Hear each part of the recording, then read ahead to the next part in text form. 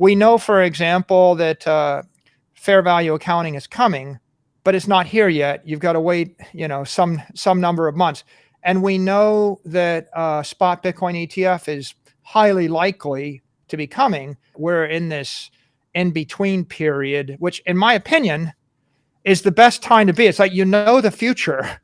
No one else can act on it. If you have a crypto account with a crypto exchange, you're able to buy Bitcoin right now. It seems like it's a no-brainer that this is a point where the risk-reward equation has really shifted. It's the least risk I've seen in 3 years with the highest upside. Michael Saylor, the founder, former chief executive officer, and executive chairman of MicroStrategy, a Virginia-based firm specializing in business intelligence, mobile software, and cloud-based services, currently holds approximately 152,800 Bitcoins on the company's balance sheet.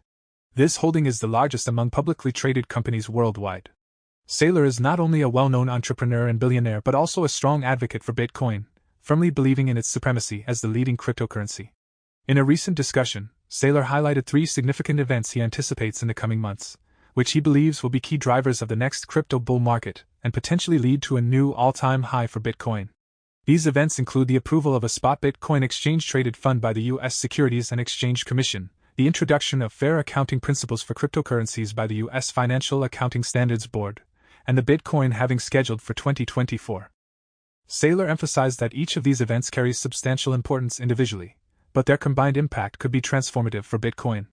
For instance, the FASB's decision to allow companies to immediately report gains and losses on crypto holdings in their income statements represents a significant shift in accounting rules. Furthermore, Saylor anticipates that the SEC may approve spot Bitcoin ETFs, especially with Grayscale's efforts in this direction, and this approval could attract more institutional investors. These developments, coupled with the 2024 Bitcoin halving, could significantly impact the cryptocurrency market. Please take a moment to like this video, subscribe to the channel, and don't forget to drop your comment and observations in the comment section below. Thanks and enjoy the video. I'm highly confident it'll get approved. I think at this point, what we've seen is the FASB adoption of fair value accounting is a big endorsement of the accounting profession of this asset class. I think the court system ruling in favor of Grayscale, I think that's a big endorsement from the legal branch of government of the asset class. I think we already know that in Congress and Senate, there are lots of fans that support the asset class. And I think even in the CFTC and 2 SEC chairs have all said that this is a commodity, this is a legitimate asset class. So I think that we have a consensus that's building, and I think the pressure is now building. So I think the real question is just, will a spot ETF be approved in Q4, or will it be approved in Q1? If you had to handicap it, I would say, I agree. You kind of go with a 75% likelihood. There's a 25% likelihood that some other crazy thing happens in the future. We don't know.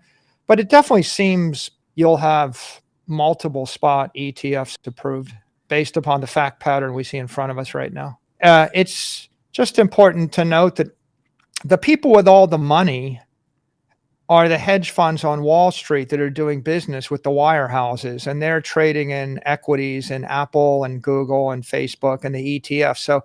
So they're the ones that will actually move the needle. And even though we know the future, like we know, for example, that fair value accounting is coming, but it's not here yet. You've got to wait, some number of months. And we know that spot Bitcoin ETF is highly likely to be coming, but there's a big difference between knowing something is going to happen and being able to pick up the phone and call your broker and buy $50 million worth of it, right? So we're at that stage where we know it's coming, but we really haven't plugged Wall Street into the asset. What happens is once you've cured the structural deficiency, the discount will go away, and then there's no incentive to sell the Bitcoin. The people that are in the space wanted to own the Bitcoin; they didn't want to sell it. So I think there'll be a very, very quick, short-term adjustment, maybe a jolt.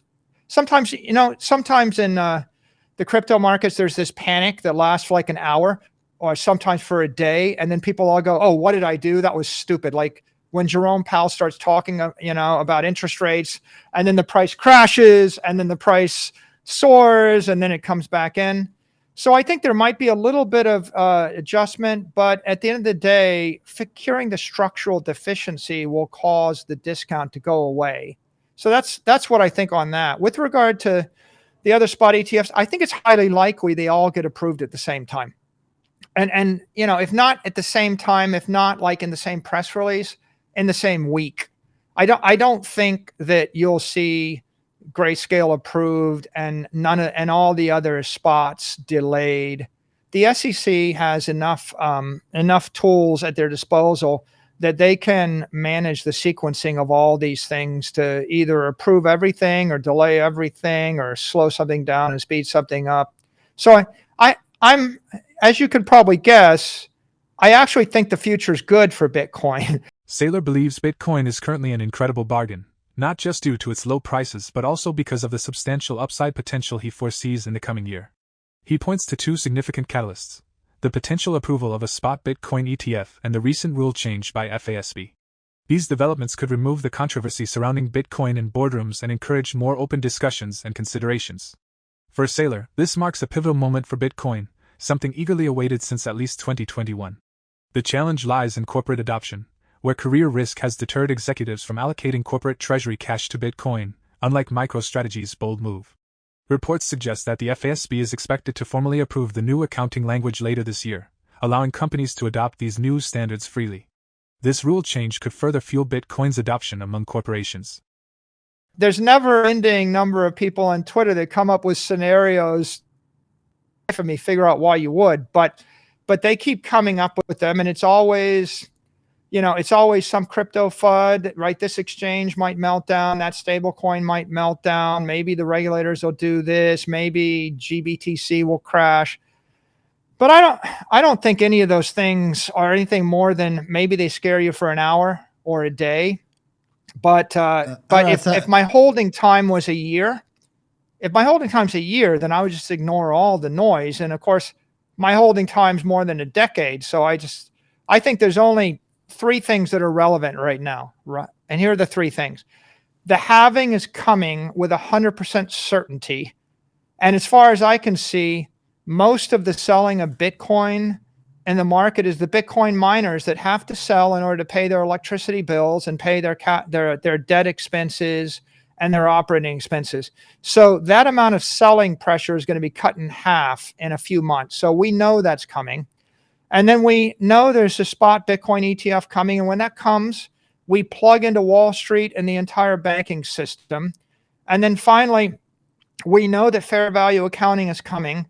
And when that happens, the objective will go away. And now you're going to introduce this as a conversation into hundreds of boardrooms.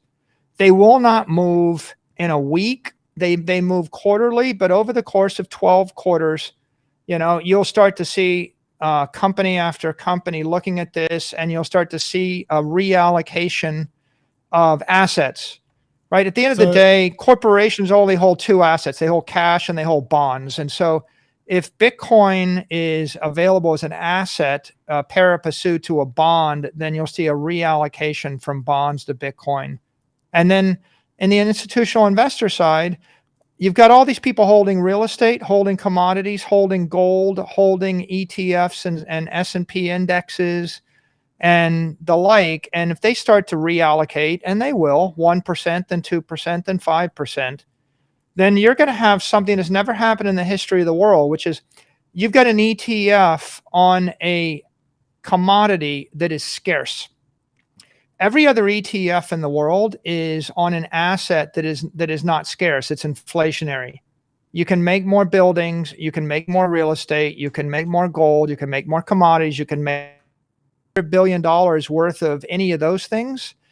The underlying producers produce more of the asset to deflate or to depreciate the price. With Bitcoin, when $100 billion flows into the Bitcoin spot ETF, there won't be any ability for any producer to produce any more Bitcoin. And so you can't really compare it to the spot ETF of gold, because gold is an inflationary asset, and you can't compare it to ETFs on real estate or on bonds or on equity. You really have to say, this is the first time we ever plugged Wall Street into an asset that you cannot produce any more of. And so nobody knows what will happen, except that if you reason from first principles, you know that it's got to actually perform better than all the other asset ETFs because the underlying fundamentals are just better. Several individuals commenting on Saylor's post about the FASB fair value accounting rule change have highlighted the multitude of bullish news surrounding Bitcoin and the cryptocurrency industry in the past week. Despite a bear market and challenges in the U.S. economy, Bitcoin has maintained the interest of prominent investors like BlackRock's Larry Fink and exceeded the expectations of technical analysts like Gareth Soloway, who previously predicted a drop in Bitcoin's price below $10,000 per coin. Do you share Saylor's belief that Bitcoin is currently deeply undervalued and that significant changes are on the horizon in the coming months? Feel free to share your thoughts and observations in the comments section below. For more Daily Dose Crypto news, check out these 2 awesome videos on your screen. Click now and we will see you on the next video.